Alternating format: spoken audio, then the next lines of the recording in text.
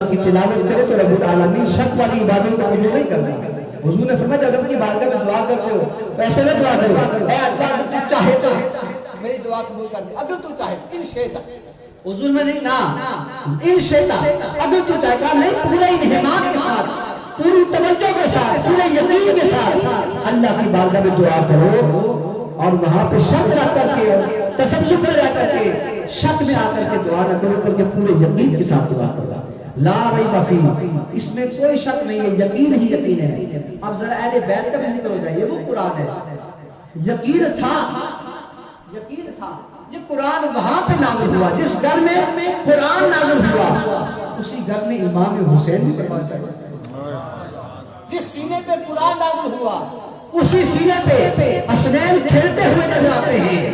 گویا کہ قرآن کا اور اہل بیت اہل کا قرآن کا اور امام حسین کا قرآن کا مولا علی کا یہ جو ساتھ ہے یہ روز اول سے ہے، اور میرے آقا نے فرمایا یہ کبھی جدا نہیں ہوئے، یہ جب بھی دیکھے تو مکہ میں بھی اکٹھے ہیں، یہ مدینے میں بھی اکٹھے ہیں، نبی کے سینے میں بھی اکٹھے ہیں۔ حضور نے فرمایا لن یتفرقا حتی یرد علی الحوض، یہ کبھی بھی جدا نہیں ہوئے یہاں تک کہ قرآن اہل بیت قرآن مولا علی قرآن امام حسنین کے ایمان یہ کبھی جدا نہیں ہوں گے، اکٹھے میرے پاس حوض کوثر میں پہنچیں گے۔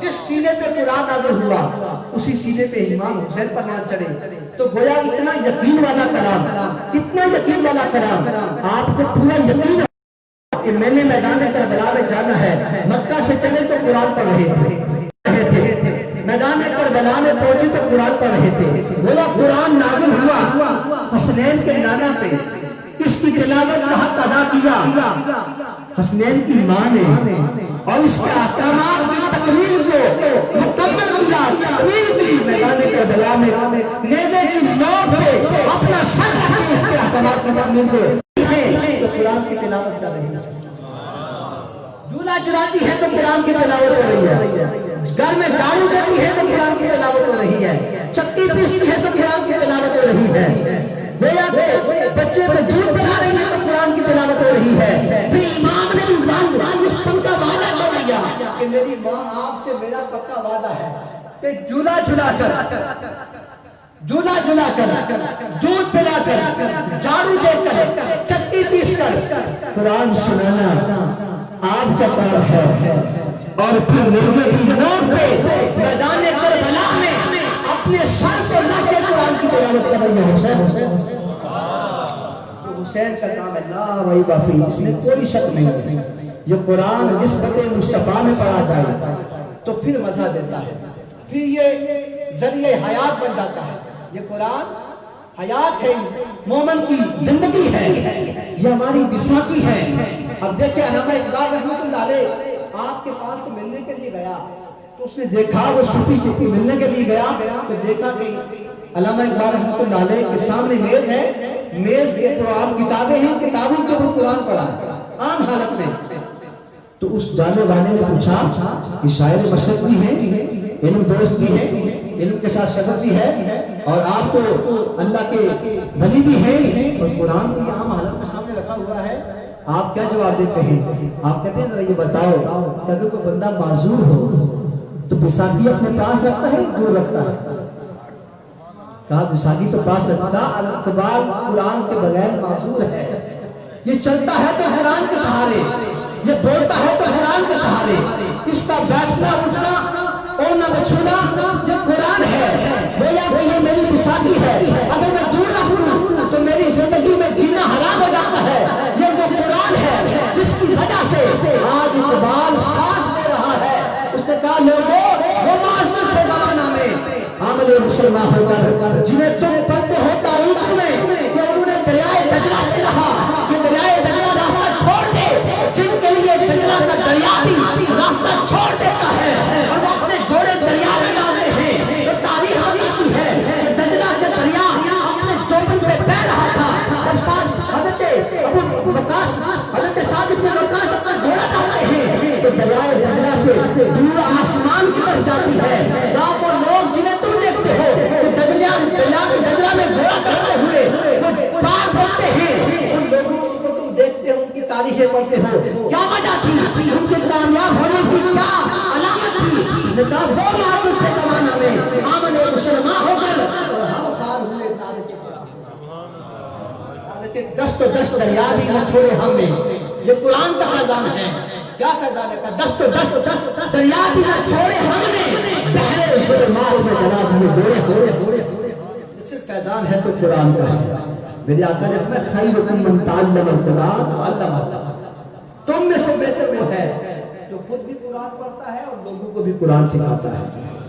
اللہ کرے ہم لاکھوں روپیہ مسجد میں دیتے ہیں، مدارس میں دیتے ہیں. اللہ کرے ہمارے دل میں یہ سوچ آ جائے میرے 4 بچے ہیں، مولا ایک بچہ میرے دین بچوں کی خدمت کے لیے پیش کرے. اللہ کرے وہ دن آ جائے گھر میں سے حافظ قرآن اٹھے. میرے آقا کا حدیث روایت ہے جس گھر میں کوئی قرآن کا عالم نہیں ہے، قرآن کا حافظ نہیں ہے، وہ گھر زندو کا گھر نہیں ہے، وہ اردو کا گھر ہے. اور جس گھر میں ایک عالم دین پیدا ہو جائے، عالم دین پیدا ہو جائے، میرے آقا کا فرمان ہے کہ عالم کی شان یہ ہے. جبریل امین نے پوچھا نا کہ یا رسول اللہ عالم کی شان کیا ہے، آپ کی امت کے علماء کی شان کیا ہے؟ میرے آقا نے ہم سراج امتی فی دنیا والآخرہ، وہ میری امت کے چراغ ہیں جن کی بدولت دنیا میں بھی روشنی ہے اور آخرت میں بھی روشنی ہے. میرے آقا نے کہا خیرکم من تعلم القرآن وعلمہ. تم میں سے بہتر وہ ہے جو خود بھی قرآن سیکھتا ہے، لوگوں کو قرآن سکھاتا ہے. اب شان مصطفیٰ دیکھیے، ہم تو اس طرح جنہوں نے صوفیوں سے قرآن پڑھا، ہم نے تو ان سے دین سیکھا ہے، ہم نے تو ان کی جوتیں اٹھائی ہے. جنہوں نے بخاری پڑھائی اسے مصطفیٰ میں ڈھونڈ کر، قرآن پڑھایا جس کو مصطفیٰ میں ڈھونڈ کر. میں خیرکم، تم میں سے بہتر وہ. اب جب آقا نے یہ ارشاد فرمایا، سامنے صدیق اکبر ہے، سامنے عمر فاروق ہے، عثمان غنی ہے، مولا علی ہے، عشرہ مبشرہ ہے رضوان اللہ تعالیٰ اجمعین. آقا ان سے خطاب کرتے ہوئے کہہ رہے ہیں، فرما رہے ہیں خیرکم، تم میں سے بہتر. آقا نے یہ نہیں فرمایا خیر الناس، اپنے آپ کو شامل نہیں کیا کہ ہم میں سے بہتر ہوا ہے. کیوں؟ میرے آقا جانتے تھے کچھ عقل کے آدمی ایسے بھی ہوں گے کہ جو اپنی سریلی آواز پر، اپنے حافظے پر اور اپنی سریلی آواز پر کسی وقت تکبر کرتے ہوئے گھمنڈ میں آ جائیں گے اور کہیں گے لوگوں یہ کون سے، دیکھو ہم کتنے بڑے قاری قرآن ہیں، ہم کتنے بڑے حافظ قرآن ہیں، ہم کتنے بڑے شیخ قرآن ہیں. ہم قرآن پڑھنے میں نبی جیسا قرآن پڑھتے ہیں. میرے نبی کو اس بات کا علم تھا، اس لیے میرے آقا نے نہ ہماری مثل نہ بننا. اے ابو بکر یا ابا بکر لم یعرف حقیقت غیر ربی، اے ابو بکر میری حقیقت کو میرے رب کے سوا سے نہیں جانتا. ابو بکر کو سامنے بیٹھے ہوئے تھے، انہوں نے یہ نہیں فرمایا خیر رکھا، نہیں، قیامت تک آنے والے قاری قرآن کو، مفسر قرآن کو، شیخ قرآن کو اپنے آپ کو قرآن کا شیخ کہتا ہے. اس بات کا پتہ چلتا ہے کہ تم قرآن پڑھنے میں آپس میں تو ایک دوسرے سے بہتر ہو سکتے ہو لیکن نبی کے برابر نہیں ہو سکتے. اس لیے خیرکم من تعلم القرآن وعلمہ، تم میں سے بہتر وہ ہے جو خود بھی قرآن پڑھتا ہے، دوسروں کو قرآن سناتا ہے. ہماری مثل نہ بننا، ہماری مثل اس لیے کہ ہماری کوئی نہیں پا سکتا. خدا کی عظمتیں کیا ہیں محمد مصطفیٰ جانے، خدا کی عظمتیں کیا ہیں محمد مصطفیٰ جانے، مقام مصطفیٰ کیا ہے محمد کا خدا جانے. اس لیے حضور نے فرمایا تم میں سے بہتر بات ہے. اب قرآن کی ایک سورت کو لے لیں، ایک صحابی رسول اللہ یا رسول اللہ بہت تنگدستی ہے، بہت تنگدستی ہے، کیا کروں؟ میں جا کر میں اچھا جب بھی تم واپس گھر جاتے ہو نا تو گھر والوں کو سلام کرو اور انہیں جاتے ہی سورۃ الاخلاص کی تلاوت تو پیش کرو، اس کی تلاوت سناؤ. اللہ پاک تمہیں قدر فرمائے گا. وہ صحابی کہتے ہیں جب بھی میں گھر جاتا میرا معمول بن گیا، جب بھی میں گھر جاتا سلام کرتا اور سب سے پہلے انہیں تلاوت کر کے سناتا قل هو اللہ احد اللہ الصمد لم یلد ولم یولد ولم یکن له کفوا احد. میں نے تو ابھی ہونا ہی تھا، میرے محلے میں بھی اللہ پاک نے وہ خوشحالی عطا فرمائی کہ محلے والے بھی آنے. ایک صحابی آ کر کہتے یا رسول اللہ انی احب هذه سورۃ قل هو اللہ احد، اے اللہ کے رسول بے شک میں اس سورت کے ساتھ محبت کرتا ہوں. میرے آقا نے فرمایا انا حبک ایاھا ادخلک الجنۃ، میرے آقا نے کہا اس کی محبت تجھے جنت میں لے جائے گا. سورہ اخلاص سے محبت کرے تو بندہ جنت کا وارث بن جاتا ہے، تو صاحب قرآن سے محبت کرے تو اس کے حضرت عالم کا ہوگا. رسول اللہ نے فرمایا جس گھر میں تنگستی ہو سونے سے پہلے سورۃ الواقعہ کی تلاوت کرو. اس سورت کا دوسرا نام ہے سورۃ الغنی. جس گھر میں گھر کا مالک اس کے بچے یا بچیاں ہر رات سونے سے پہلے سورۃ الواقعہ کی تلاوت کرتے ہیں رب العالمین دین و دنیا کی دولت سے گھر کو مالا مال کرتا ہے. صرف یقین ہونا چاہیے. سیدنا عثمان غنی رضی اللہ تعالیٰ عنہ آپ امیر المومنین ہیں. آپ کے دور میں عبداللہ ابن مسعود رضی اللہ تعالیٰ عنہ آپ بیمار ہو گئے. عبداللہ ابن مسعود وہ عبداللہ ابن مسعود ہے کہ آج جہاں عبادت کرتے ہیں جو نماز پڑھتے ہیں ان کے طریقے کے مطابق 18 سال حضور کے ساتھ رہے. صرف یہ ڈیوٹی تھی کہ حضور کے اصحاب مبارک اور حضور کے نالین پاک کی حفاظت فرمائے. حضور جب مسجد میں آتے آپ ان کے اصحاب بھی اپنے سینے سے لگا لیتے, ان کے نالین پاک بھی سینے سے لگا لیتے. اب جب بھی صحابہ ان کو مخاطب کرتے تو ان کا نام نہیں لیتے تھے بلکہ کہتے یا صاحب النالین والعصا, اے ہمارے نبی کے نالین کی حفاظت کرنے والے اور عصا کی حفاظت کرنے والے. اس طرح مخاطب ہوتے. اور ایک دفعہ آ رہے تھے, جمعہ کا دن تھا, حضور کا خطبہ ارشاد فرما رہے, ابھی مسجد سے باہر پہنچے تھے تو کچھ صحابہ کھڑے ہو گئے, کچھ لوگ کھڑے ہو گئے, انہوں نے سننا شروع کر دیا. حضور خطبہ ارشاد فرما رہے ہیں, انہوں نے سننا شروع کر دیا. آج کل کیسے ہوتا ہے, امام صاحب تقریر کر رہے ہیں, خطاب کر رہے ہیں, آنے والا بندہ آ کے سننا شروع کر دیا. میرے آقا جلال میں آپ نے بیٹھ جاؤ. عبداللہ ابن مسعود باہر تھے جہاں صحابہ کی جوتیاں پڑی جائیں. آپ کے کانوں میں یہ آواز پہنچے, حضور ادھر عبداللہ ابن مسعود ادھر ہی بیٹھ گئے. جب وہیں بیٹھ گئے تو میرے آقا نے دیکھ لیا. جمعے سے فارغ ہوئے نا تو میرے آقا نے فرمایا اے میرے صحابہ, میری امت کے, میرے ہر امتی کے جس عمل سے عبداللہ ابن مسعود راضی ہے میں محمد بن عمر سے راضی ہوں. گویا ان کی رضا میں میری رضا ہے. وہ عبداللہ ابن مسعود رضی اللہ تعالیٰ عنہ کہ جن کے متعلق میں ان کی رضا میں میری رضا ہے. آپ بیمار ہو گئے, آپ کے بچے نہیں تھے, 6 بچیاں تھی, بیٹا بیمار ہو گئے, قریب الملک ہو گئے. امیر المومنین سیدنا عثمان غنی ان کی عیادت کے لیے آ جاتے ہیں اور آ کر کے کہتے ہیں بھائی جان اگر آپ حکم فرمائیں, چونکہ عبداللہ ابن مسعود بہت بڑے عالم ہیں, آپ حکم فرمائیں تو میں آپ کی بچیوں کے لیے کچھ وظیفہ بیت المال سے مقرر کر دیتا ہوں تو ان کا گزارا ہوتا رہے گا. آپ کے جانے کے بعد گھر کا چولہا چلتا رہتا. عبداللہ ابن مسعود رضی اللہ تعالیٰ نے جواب دیا امیر المومنین کہ آپ نے میرے آقا کا یہ فرمان نہیں سنا, مجھے دنیا کی مال کی کیا ضرورت ہے.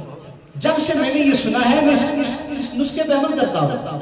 میں ہر روز خود بھی رات کو سورۃ الواقعہ کی تلاوت کرتا, اپنی بچیوں کو بھی کہتا میری بچیوں بھی سورۃ الواقعہ کی تلاوت کریں. اللہ نے ہمیں وہ مال عطا کیا ہے کہ جتنا کوئی سوچ نہیں سکتا. مجھے کیا ضرورت ہے بیت المال سے حصہ لینے کی. اللہ کے حبیب نے فرمایا تھا کہ جس گھر میں سورۃ الواقعہ کی تلاوت ہوتی ہے وہ گھر کے لوگ مالا مال ہو جاتے ہیں. میں خود بھی تلاوت کرتا ہوں, میری بچیاں بھی تلاوت کرتی ہیں, دنیا کے مال کی کوئی ضرورت نہیں. اس کا نام ہے سورۃ الغنی. پڑھنے والے کو غنی کرنے کا ہے. دین و دنیا کی راحتیں اس پر نازل ہوتی ہیں.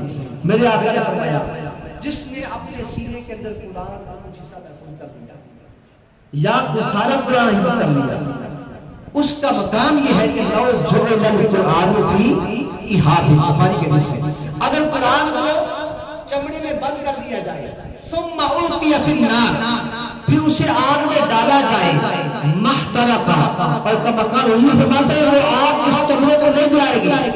اب عقل میں یہ سوال آتا ہے, یہ بات آتی ہے کہ چمڑے کا کام ہے جل جانا, آگ کی خاصیت ہے دوسری چیز کو جلا دینا. چمڑے کو جو آگ جلدی لگتی ہے, یہ آقا کے فرمان میں حکمت کیا ہے. تو صوفیاء یہ کہتے ہیں اور محدثین کلام کرتے ہیں کہا یہاں پہ چمڑے سے مراد دنیا کا چمڑا نہیں ہے بلکہ چمڑے سے مراد بندہ مومن کا سینہ ہے. آگ سے مراد یہ دنیا کی آگ نہیں ہے, اس سے مراد جہنم کی آگ ہے. واہ, حضور کا فرمان یہ ہے کہ جس کے سینے میں قرآن ہوگا اگر وہ بندہ کسی وجہ سے جہنم میں اسے جانا نہیں پڑا, جب جہنم میں قدم رکھے گا وہ جہنم کی آگ بندہ مومن کے سینے کو نہیں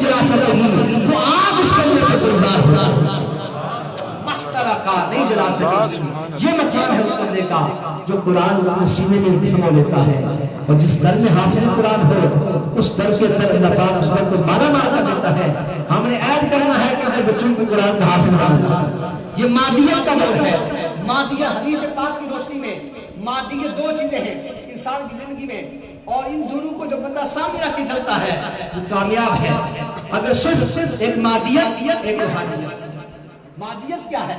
مادیت یہ ہے کہ بندہ دنیا کے پیسہ کمائے، کوٹھی بنائے، بنگلے بنائے، جائیداد بنائے، دین کو بھول جائے، نہ اذان کی پرواہ، نہ نماز کی پرواہ، نہ قرآن کی تلاوت کی پرواہ۔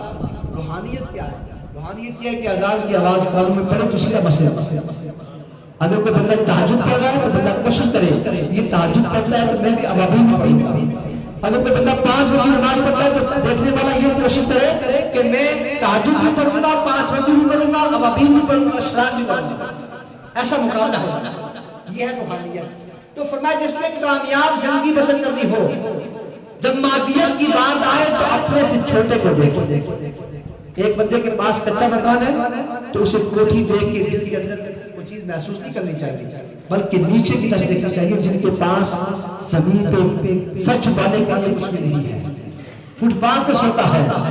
مادیت میں اپنے سے نیچے والے کی عدد کی وجہ ہو، اور روحانیت میں اپنے سے اوپر والے کو دیکھو، اپنے سے اوپر والے کو دیکھو، تب زندگی برقرار اور زندگی گزر سکتی ہے۔ رب العالمین ہمیں فیضان قرآن سے ہمیں ہمارے بچوں کو فیضیاب ہونے کی توفیق عطا فرمائے، اپنے بچوں کو قرآن کا قاری، قرآن کا حافظ بنانے کی توفیق عطا فرمائے۔ آپ تمام احباب کا بہت شکریہ کہ جنہوں نے ان کلمات کو سنا، جو بات سمجھ میں آگئی اللہ پاک اس کو ہمیں آگے بڑھانے کی توفیق عطا فرمائے کہ محمد سے وفاتوں نے تو ہم تیرے ہیں، کہ جہاں چیز ہے کیا لوح و قلم تیرے ہیں، وما علینا الا البلاغ۔